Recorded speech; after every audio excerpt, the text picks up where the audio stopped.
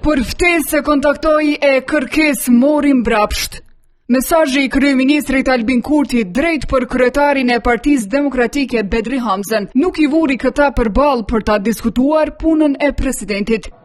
Subjektit në pushtet ju kërkua që ftesën ta bëjnë zyrtare, e për këtë kreu i vetëvendosjes pothuhet se sherrin i apa vetës. Kem posë pola tjetër përkatësisht zotri Kurti ka bo drama, ka kriju telenovelat parësyshme të panevojshme dhe nuk ka qenë serioz ka shi procesit dhe rëndësisë e së rezultati veprimeve të tij dhe mungesës së seriozitetit vendi përshkon drejt zgjedhjeve. Madje as formalizimi i kërkesës për takim nuk është garancë për përgjigje pozitive, me që vendimi nuk do të mirret vetë. Nuk ka takime pa ftesë zyrtare.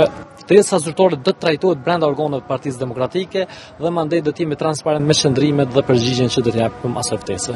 Nëse udhëheqësia e partisë së dytë do të ketë punë për ta shqyrtuar një këso ftese nuk dihet, nga se nga vetëvendosja nuk treguan se si do të veprojnë, por që ju thënë se duhet t'i bëjnë të ditur emrat. Sa i përket kërkesës specifike të PDK-s, unë besoj që përderisa ata kanë kërkuar që ne t'japim mbështetjen tonë për firma gjithsesi edhe për mbështetjen me vot pasaj për kandidatët e tyre, është mirë që të mos kërkohet një mbështetje blanko, pra pa emër.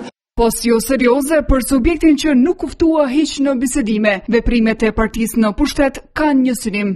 Krejt çka shohim është një spektakël, një performancë publike që ka qëllim politik, me mri deri te ditë e fundit, edhe me vendos një kandidatur e cila është në funksion të partisë pushtet.